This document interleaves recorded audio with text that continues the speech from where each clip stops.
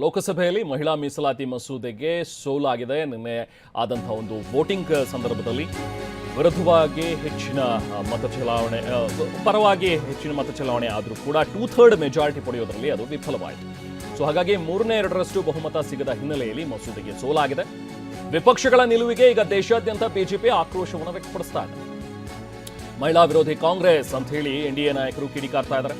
ದೇಶಾದ್ಯಂತ ಇವತ್ತು ಪ್ರತಿಭಟನೆಯನ್ನು ಹಮ್ಮಿಕೊಂಡಿದೆ ಬಿಜೆಪಿ.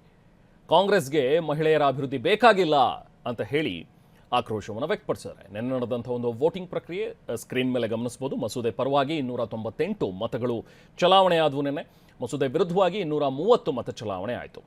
ಇನ್ಫ್ಯಾಕ್ಟ್ ಒಟ್ಟು 528 ಸದಸ್ಯರು ಮತ ಚಲಾವಣೆ ಪ್ರಕ್ರಿಯೆಯಲ್ಲಿ ಭಾಗಿಯಾಗಿದ್ದರು.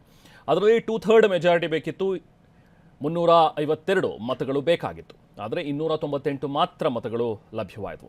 ಸೊ ಹಾಗಾಗಿ ಕೊನೆಗೆ ಮಸೂದೆ ಮಂಡನೆ ಮಾಡಿದ್ರೂ ಕೂಡ ಅದು ಪಾಸ್ ಆಗಲಿಲ್ಲ.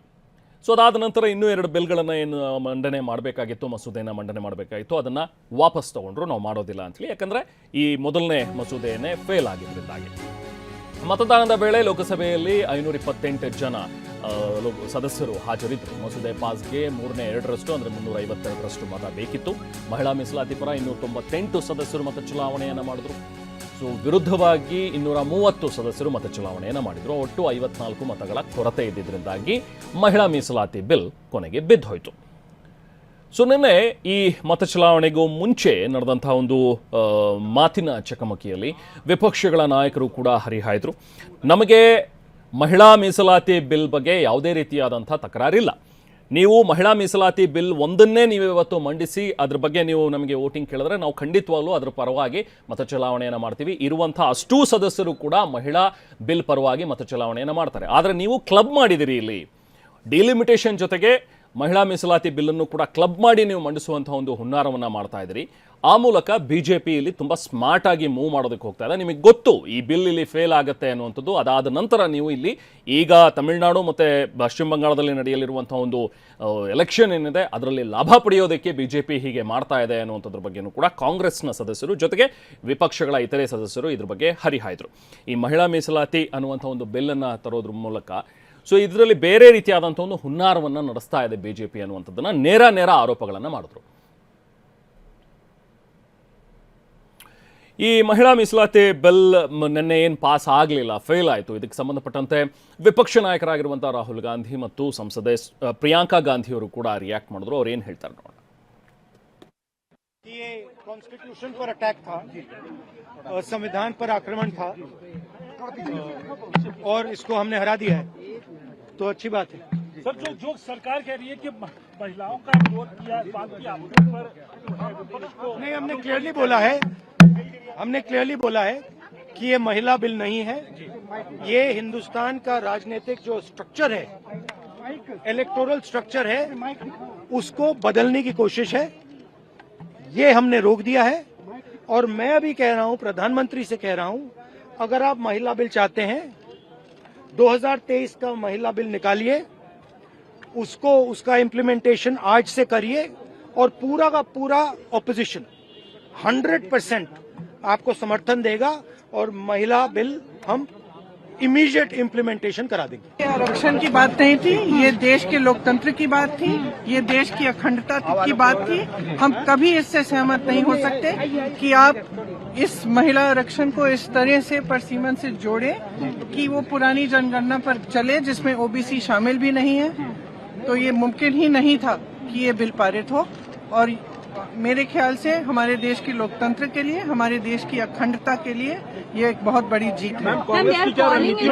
ये क्या कहेंगे? महिला सरकार बार-बार ये कह रही है कि महिला विरोधी चेहरा कांग्रेस का, एंटी वुमेन माइंडसेट ऑफ महिला विरोधी माइंडसेट की बात कह रहे हैं, जो गृह मंत्री ने भी बोला। महिला विरोधी माइंडसेट की वो कह रहे हैं जिन्होंने हाथरस में कुछ नहीं किया, जिन्होंने उन्नाव में कुछ नहीं किया, जिन्होंने मणिपुर की महिलाओं के लिए कुछ नहीं किया, जिन्होंने खिलाड़ियों के लिए कुछ नहीं कहा, ये कह रहे हैं कि हमारा विरोधी माइंडसेट है महिलाओं का। ಇನ್ನು ಮಹಿಳಾ ಮೀಸಲಾತಿ ವಿಧೇಯಕಕ್ಕೆ ಸೋಲಾಗಿರುವಂತಹ ವಿಚಾರಕ್ಕೆ ಸಂಬಂಧಪಟ್ಟಂತೆ ಎಚ್.ಡಿ. ಕುಮಾರಸ್ವಾಮಿ ಅವರು ಕೂಡ ಆಕ್ರೋಶವನ್ನು ವ್ಯಕ್ತಪಡಿಸಿದ್ರು. ತಮ್ಮ ಎಕ್ಸ್ ಖಾತೆಯಲ್ಲಿ ಕಾಂಗ್ರೆಸ್ ವಿರುದ್ಧ ಕೇಂದ್ರ ಸಚಿವ ಎಚ್.ಡಿ. ಕುಮಾರಸ್ವಾಮಿ ಕಿಡಿಕಾರಿದ್ದಾರೆ. 1996 ಬಳಿಕ 2026ರಲ್ಲಿ ಒಂದು ಕರಾಳ ಇತಿಹಾಸ ಮತ್ತೆ ಮರುಕಳಿಸಿದೆ. ಕಾಂಗ್ರೆಸ್ ಮಹಿಳಾ ವಿರೋಧಿ ಮನಸ್ಥಿತಿ ಕೊಂಚವೂ ಕೂಡ ಇನ್ನೂ ಬದಲಾಗಿಲ್ಲ. ರಾಷ್ಟ್ರದ ನಾರಿ ಶಕ್ತಿ ಎಂದಿಗೂ ಕೂಡ ಇವರನ್ನ ಕ್ಷಮಿಸೋದಿಲ್ಲ ಅಂತ ಹೇಳಿ HDK ಟ್ವೀಟ್ ಮಾಡಿದ್ದಾರೆ. ಮೋದಿ ನಾಯಕತ್ವದಲ್ಲಿ ಮುಂದೊಂದು ದಿನ ಅಗ್ರಮನ್ನಣೆ ಸಿಕ್ಕೇ ಸಿಗತ್ತೆ ಮಹಿಳೆಯರಿಗೆ ಅಂತ ಹೇಳಿ ತಮ್ಮ ಎಕ್ಸ್ ಖಾತೆಯಲ್ಲಿ ಕೇಂದ್ರ ಸಚಿವ HD ಕುಮಾರಸ್ವಾಮಿ ಹೇಳಿದ್ದಾರೆ.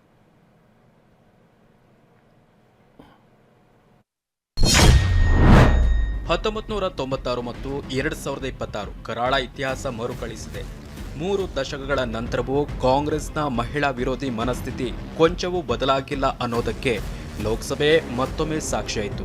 ಅಂದು ದೇವೇಗೌಡ ಅವರ ನೇತೃತ್ವದ ಸಂಯುಕ್ತ ರಂಗ ಸರ್ಕಾರವು ಲೋಕಸಭೆ ವಿಧಾನಸಭೆಗಳಲ್ಲಿ ಮಹಿಳೆಯರಿಗೆ 33% ಮೀಸಲು ನೀಡುವ ಕ್ರಾಂತಿಕಾರಿ ನಿರ್ಧಾರ ಕೈಗೊಂಡು ಸಂಸತ್ತಿನಲ್ಲಿ ಮಸೂದೆ ಮಂಡಿಸಿತ್ತು. ಅಂದು ಅದೇ ಕಾಂಗ್ರೆಸ್ ಮತ್ತು ಅದರ ಸಹಚರ ಶಕ್ತಿಗಳು ಆ ಪ್ರಯತ್ನವನ್ನ ಸಂಘಟಿತವಾಗಿ ವಿಫಲಗೊಳಿಸಿದವು. ಇಂದು ಮಹಿಳೆಯರಿಗೆ ಆಗಿದ್ದ ಐತಿಹಾಸಿಕ ಅನ್ಯಾಯ ಸರಿಪಡಿಸಲು ಪ್ರಧಾನಿ ನರೇಂದ್ರ ಮೋದಿ ಅವರು ದಿಟ್ಟ ಹೆಜ್ಜೆ ಇರಿಸಿದರು. ಪುನಃ ಅದೇ ಕಾಂಗ್ರೆಸ್ ಮತ್ತು ಅದರ ಮಿತ್ರ ಪಕ್ಷಗಳು ತಡೆಯೊಡ್ಡಿದೆ. ಮಹಿಳಾ ಮೀಸಲು ಮಸೂದೆಯನ್ನ ಸೋಲಿಸಿದ ಕೂಟದ ಶಕ್ತಿಯನ್ನ ರಾಷ್ಟ್ರದ ನಾರಿ ಶಕ್ತಿ ಎಂದಿಗೂ ಕ್ಷಮಿಸುವುದಿಲ್ಲ. ಮೋದಿಯವರ ನಾಯಕತ್ವದಲ್ಲಿ ಮುಂದೊಂದು ದಿನ ನಿಮಗೆ ಅಗ್ರಮಣೆ ಸಿಕ್ಕೇ ಸಿಗುತ್ತೆ. 33% ಮಹಿಳಾ ಮೀಸಲು ಗುರಿ ಸಾಧಿಸುವುದು ಶತಸಿದ್ಧ. ಬನ್ನಿ ಮತ್ತಷ್ಟು ಡೀಟೇಲ್ಸ್ ಪಡೆಯೋಣ. ನಾವು ಪ್ರತಿನಿಧಿ ಪ್ರತಿಮಾ ಭಟ್ ನಮ್ಮ ಜೊತೆಗೆ ಜಾಯ್ನ್ ಆಗಿದ್ದಾರೆ. ಪ್ರತಿಮಾ, ನಿನ್ನೆ ನಡೆದಂತಹ ಒಂದು ವೋಟಿಂಗ್ನಲ್ಲಿ ಸೋಲಾಗಿರುವಂಥದ್ದು ಗೊತ್ತಿದೆ. ಸೊ ಇದನ್ನ ವಿಪಕ್ಷಗಳು ಹೇಳ್ತಾನೆ ಬರ್ತಾ ಇವೆ, ನಾವು ಮಹಿಳಾ ಮೀಸಲಾತಿಗೆ ವಿರೋಧವಾಗಿಲ್ಲ. 2023ರಲ್ಲಿ ಇದ್ದಂತಹ ಬಿಲ್ಲನ್ನು ತಂದು ಈಗ ಮಂಡಿಸಿ ನಾವು ಖಂಡಿತವಾಗ್ಲೂ ಎಲ್ಲರೂ ಕೂಡ ಸಪೋರ್ಟ್ ಮಾಡ್ತೀವಿ, ಇಡೀ ಹೌಸ್ ಅದಕ್ಕೆ ಸಪೋರ್ಟ್ ಮಾಡುತ್ತೆ ಅಂತೇಳಿ. ಬಟ್ ಅದಾಗಿಯೂ ಕೂಡ ಬಿಜೆಪಿ ಈಗ ಇದನ್ನ ಇದೇ ರೀತಿಯಾಗಿ ಬಿಂಬಿಸ್ತಾ ಇದೆ ಹೊರತು ವಿಪಕ್ಷಗಳು ಇದರಲ್ಲಿ ವಿರೋಧವನ್ನು ವ್ಯಕ್ತಪಡಿಸಿವೆ. ಮಹಿಳಾ ಮೀಸಲಾತಿಗೆ ಇವರೆಲ್ಲರೂ ಕೂಡ ವಿರೋಧಿಗಳಾಗಿದ್ದಾರೆ, ಆಂಟಿ ವಿಮೆನ್ ಮೈಂಡ್ ಸೆಟ್ ಅನ್ನ ಹೊಂದಿದ್ದಾರೆ ಅನ್ನೋ ರೀತಿಯಲ್ಲಿ ಈಗ ಇದನ್ನ ಬಿಂಬಿಸಲಾಗ್ತಾ ಇದೆ. ಹೇಗೆ ಇದರ ಲಾಭವನ್ನು ಪಡೆಯೋದಕ್ಕೆ ಬಿಜೆಪಿ ಈಗ ಮುಂದಾಗ್ತಾ ಇದೆ, ಅಲ್ಲಲ್ಲಿ ಪ್ರತಿಭಟನೆಯನ್ನ ಮಾಡುವಂಥದ್ದು, ರಾಷ್ಟ್ರಾದ್ಯಂತ ಪ್ರತಿಭಟನೆಗೂ ಕೂಡ ಈಗ ಬಿಜೆಪಿ ಮುಂದಾಗ್ತಾ ಇರುವಂಥದ್ದು. ಹೇಗೆ ಇದರ ಲಾಭದ ಒಂದು ಪ್ಲಾನ್ ಅನ್ನ ಈಗ ಬಿಜೆಪಿ ಮಾಡ್ಕೊಂಡಿದೆ ಅಂತ ಹೇಳ್ತೀರಿ ಪ್ರತಿಭಾ? ಎಸ್ ರೆಮಾನ್, ನಾವು ನಿನ್ನೆ ನಡೆದಂತಹ ಘಟನೆ ಏನಿದೆ ಅದನ್ನ ನಾವು ಊಹಿಸಿದ್ವಿ. ಬಹುಶಃ ಪ್ರತಿಯೊಬ್ಬರಿಗೂ ಕೂಡ ಅಂದಾಜಿತ್ತು. ಯಾಕಂದರೆ ಅಂಕಿ ಸಂಖ್ಯೆಗಳ ಲೆಕ್ಕಾಚಾರ ನೋಡ್ತಾ ಹೋದಾಗ ಅಂಥದ್ದೊಂದು ಬಹುಮತ ಸಿಗುವಂತಹ ಸಾಧ್ಯತೆಗಳು NDA ಪಕ್ಷಕ್ಕೆ ಇರಲಿಲ್ಲ.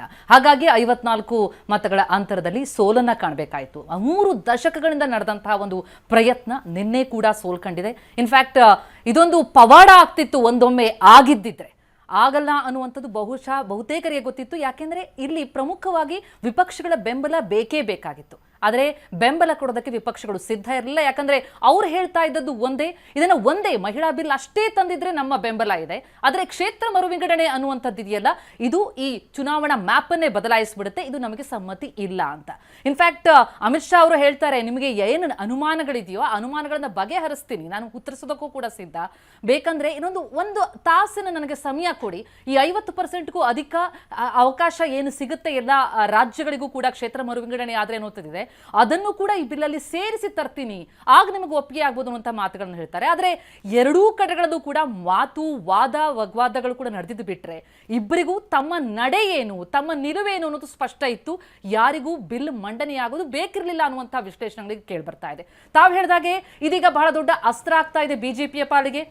ಯಾಕಂದ್ರೆ ಆರಂಭದಿಂದಲೂ ಕೂಡ ಬಿಜೆಪಿ ಹೇಳ್ತಾ ಇದ್ದಿದ್ದೇನು, ನಮ್ಮ ಪ್ರಯತ್ನಗಳಿದ್ದದ್ದು ಮಹಿಳಾ ಬಿಲ್ ಅನ್ನ ತರಬೇಕು ಅಂತ, ಆದ್ರೆ ಅದಕ್ಕೆ ವಿರೋಧವನ್ನ ವ್ಯಕ್ತಪಡಿಸ್ತಾ ಇರುವೆ ವಿಪಕ್ಷಗಳು, ಈಗಲೂ ಕೂಡ ಅದನ್ನೇ ಮುಂದುವರಿಸ್ತಾ ಇವೆ.